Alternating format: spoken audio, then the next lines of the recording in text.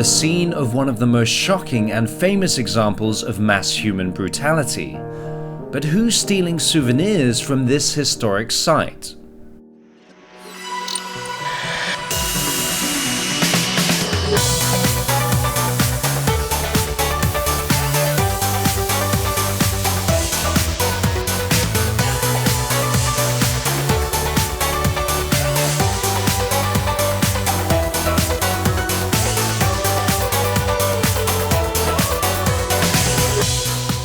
This week, we find out why graffiti and vandalism are becoming a problem for staff at the Auschwitz Museum. We take to the high seas and find out why people travel by cargo ship.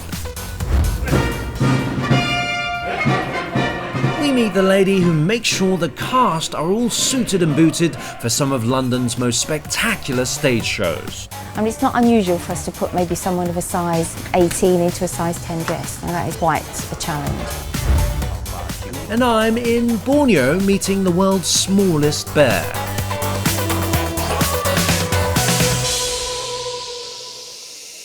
Welcome to the Travel Show with me, Henry Golding, and Alan and Natalie, the very beautiful sun bears. We're in Borneo at a special conservation centre which has just opened to the public. Join us later on in the show to find out what the future holds for this shy and very endangered species. But first, this is southern Poland.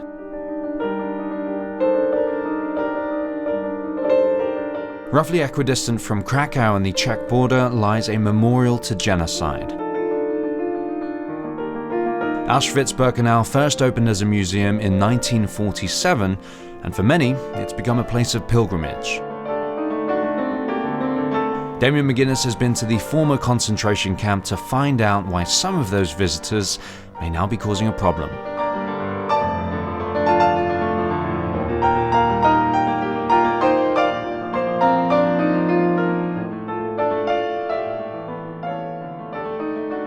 It's arguably the most notorious and most visited symbol of Nazi brutality. More than 1 million people were gassed, starved or worked to death here, mainly Jews, but also non-Jewish Poles, Roma and Soviet soldiers. The huge site is today a memorial which attracts around 1.5 million tourists a year. But the authorities here are fighting a problem: graffiti. Carved into the walls of barracks or the wooden bunk beds where Nazi victims died in agony. Very occasionally it's anti-Semitic, but more often simply a visitor's name. People have such a need of documenting being in a historical place. And I think when you have a wall like that, the easy thing is just to write your name that you were there. But in fact, people who do it, they destroy the authentic building. So this is, of course, from the beginning, this is something wrong for us, that it damages, not destroys, but as you can see, it doesn't look good. So he'd found a bit of wire on the floor. Because And stranger still, some visitors even steal ghoulish souvenirs, such as barbed wire. But then, of course, then they apologized and so on. A few hours' drive away, in the mountains of southern Poland, I visit Bernard Offen, an 85-year-old survivor of the camps. Is a way of healing, at least for me. He was sent to Auschwitz-Birkenau with his father when he was just 14.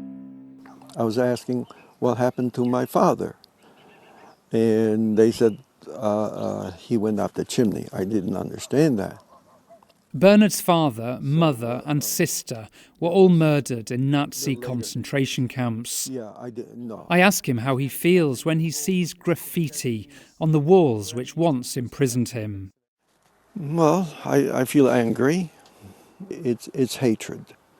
It is hatred. It is a denial of what transpired there.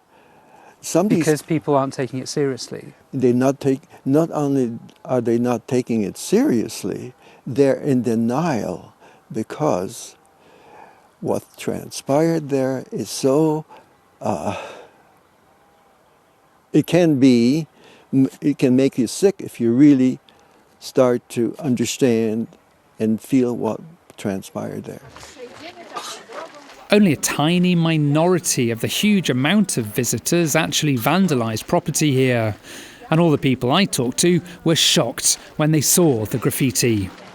I think it's incredibly disrespectful. It's so rude. It's like actually offensive to me as someone who's coming from another country to come and visit here, and the fact that people would deface something that's so historical and we need to kind of bear witness to is just really disappointing. I thought personally it was quite disrespectful.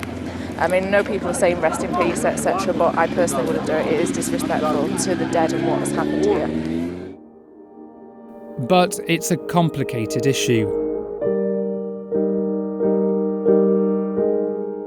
Some graffiti was scratched by prisoners themselves in the 1940s as they waited for death. Probably these are the last words these women were able to write. The authorities say this graffiti must be preserved. But the main problem is, how do you remove the modern graffiti without damaging the original structure?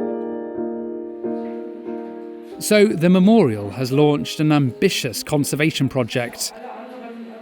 The first step is to analyse the old materials to find out how to save the buildings and remove the graffiti safely. Next year, conservation work itself will start, but one of the barracks has already just been finished. And here you can see the end aim of this mammoth conservation project, because that's what it's about. Conservation, not renovation. And that means keeping the scars of history. So you've got the authenticity of the building and nothing is faked or recreated.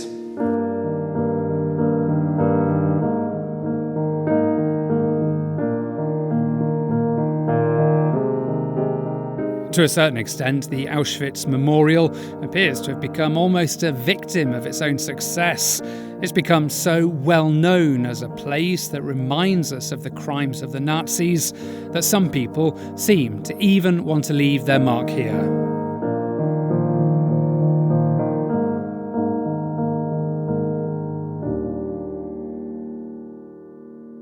Damien McGuinness watching conservation efforts at the Auschwitz-Birkenau Memorial and State Museum in southern Poland.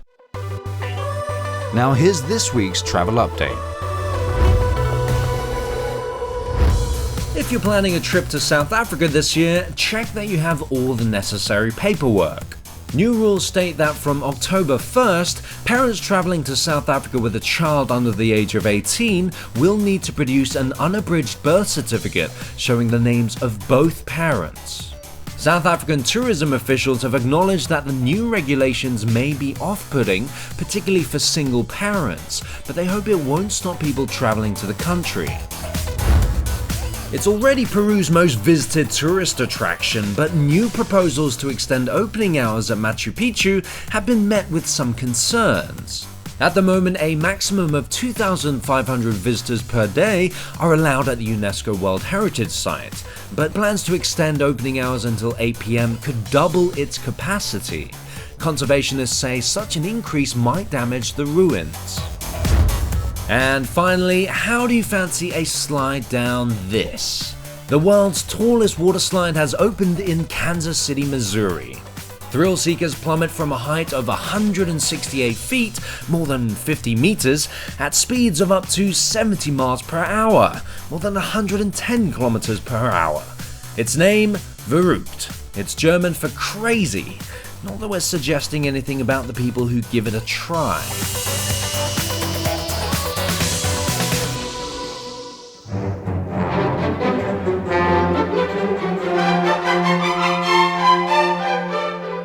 Next, a new feature in which we meet some of the people who make our cities tick. And we start in London, where taking in a show is a major attraction with a record 14 million seats sold last year.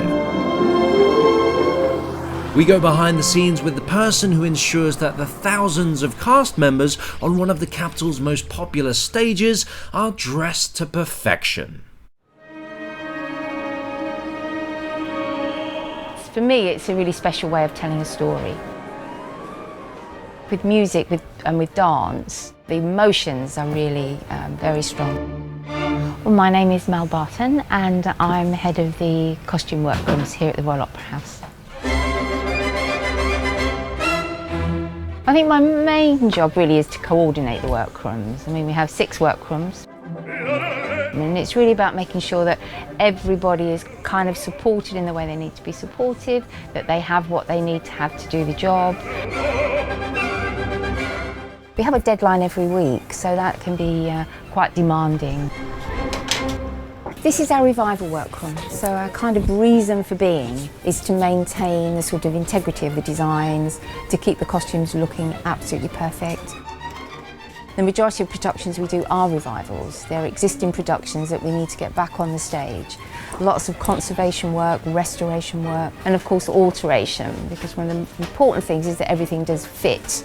I mean, it's not unusual for us to put maybe someone of a size 18 into a size 10 dress. Now that is a huge alteration, as you can imagine, quite a challenge. Bohème, our last performance for this season, it's actually its 40th revival at the Royal Opera House. It's 40 years old. I think we've probably revived it most seasons. It's tremendously popular. And also I'm very proud of the fact that probably 60 to 70% of the costumes are original. This uniform from La Bohème, it's a band uniform. We actually have 6 of them. And it must have been purchased from a military suppliers because the costumes are actually, you can see from the back here, were made in 1902. So I can honestly say these are our oldest costume here. Probably every season we do 40 to 45 productions. This will be made up of maybe 35 revivals and maybe 10 new productions. I mean, a large ballet or large opera will have 500-600 costumes. It does bring us around to about over 7,000 fittings in a season. I think I feel satisfied if everything is on stage, on time and looking good.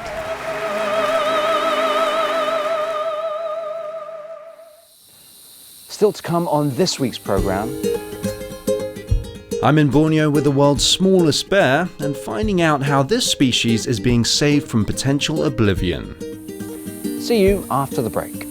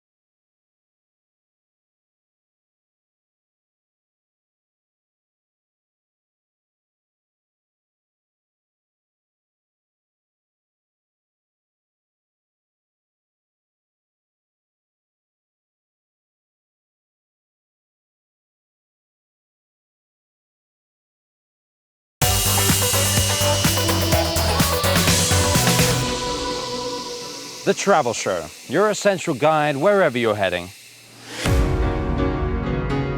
Next this week, we're on the high seas. The number of passengers taking a cruise has increased by 20% in the last few years, and for most people that means traveling in the lap of luxury.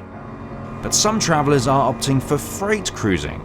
It's considerably less glamorous, so what is the attraction? Crystal Arwood finds out.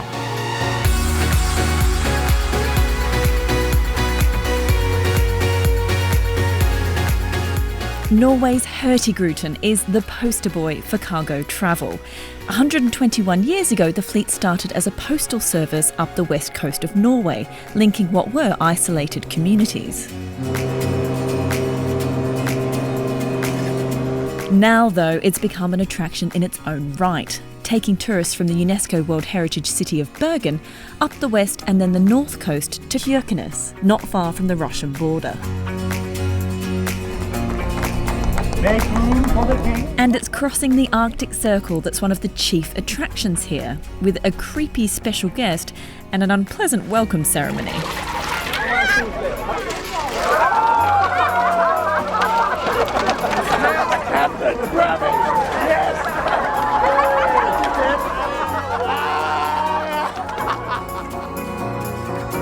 All the fun aside, there's still a crucial social function that the Hurtigruten provides. In the winter time, there are times where even the planes are not landing. In all the small villages along the coast of Norway, there are airports, but sometimes the wind or the weather is so bad that only the ships can come in. So obviously it's very, very important to get somewhere. Meanwhile, if you're in the Far East, how about a mammoth Pacific crossing? The Hanjin Line sails from Busan in South Korea all the way to Long Beach in California, and you should be at sea for 10 days. Departure times are unreliable, so be prepared for a long wait. This is a bona fide cargo ship. And these trips are not that much cheaper than your average cruise liner holiday. But there's one way you could travel on a freighter and actually get paid for it.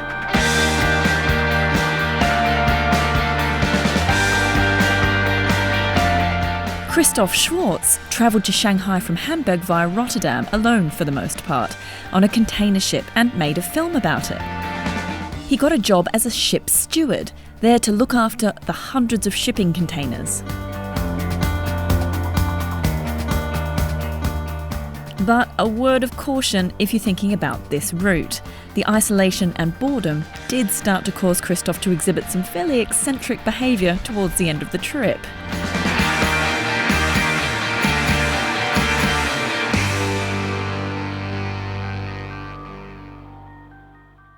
But for Scott Moots, the cargo ship adventure was inspirational. He took an 11-day journey from North Carolina to Antwerp in Belgium.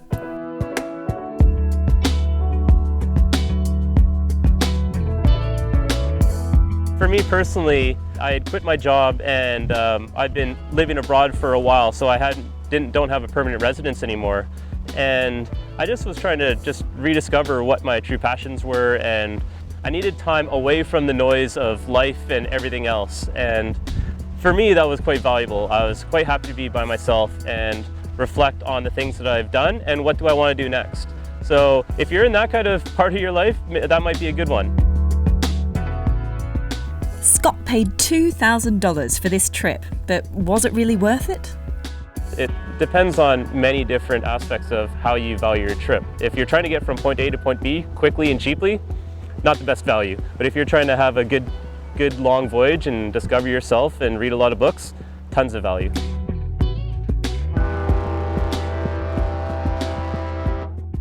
The delights, or otherwise, of freight cruising. Finally, this week, my travels have taken me to Borneo, to the state of Sabah in the north of the island.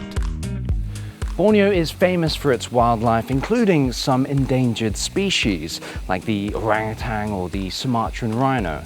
But by far, my favorite and the cutest of them all is the Malayan sun bear. So I've come here to the Borneo Sun Bear Conservation Centre to find out what they're doing to protect the future of these shy and elusive animals.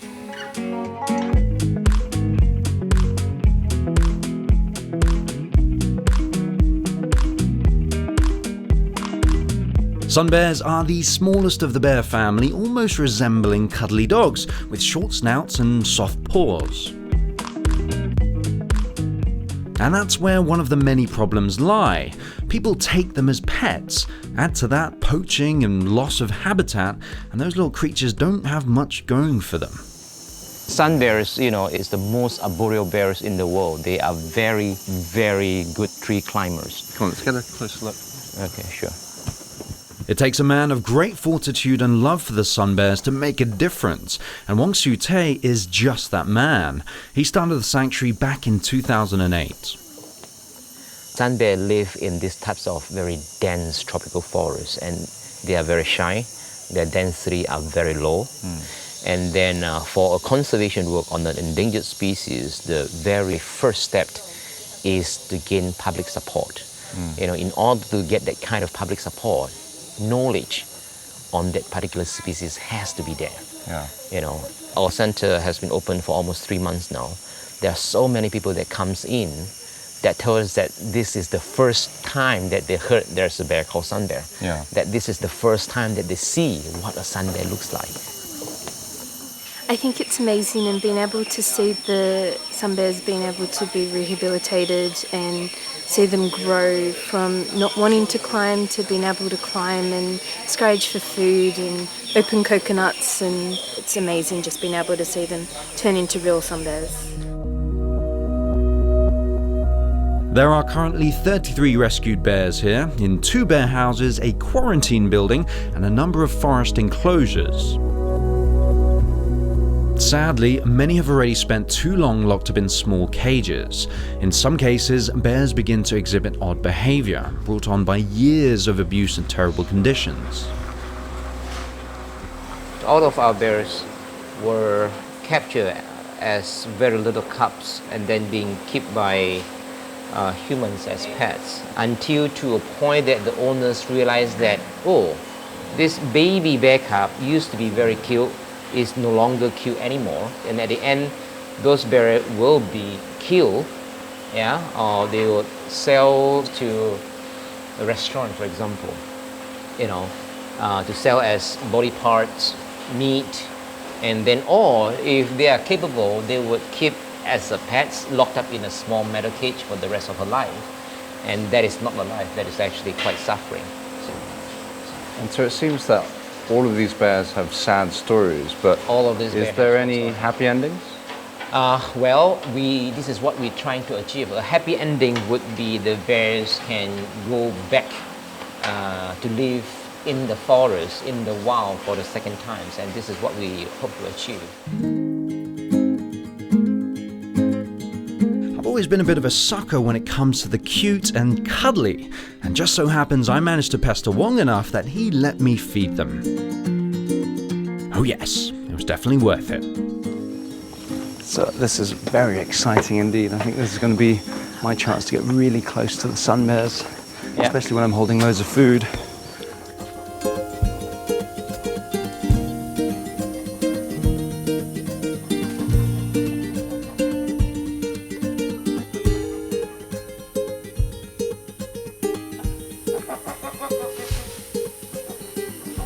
That is absolutely amazing. They're literally probably about 7 to 10 meters away, just munching on the sugarcane and the sweet corn.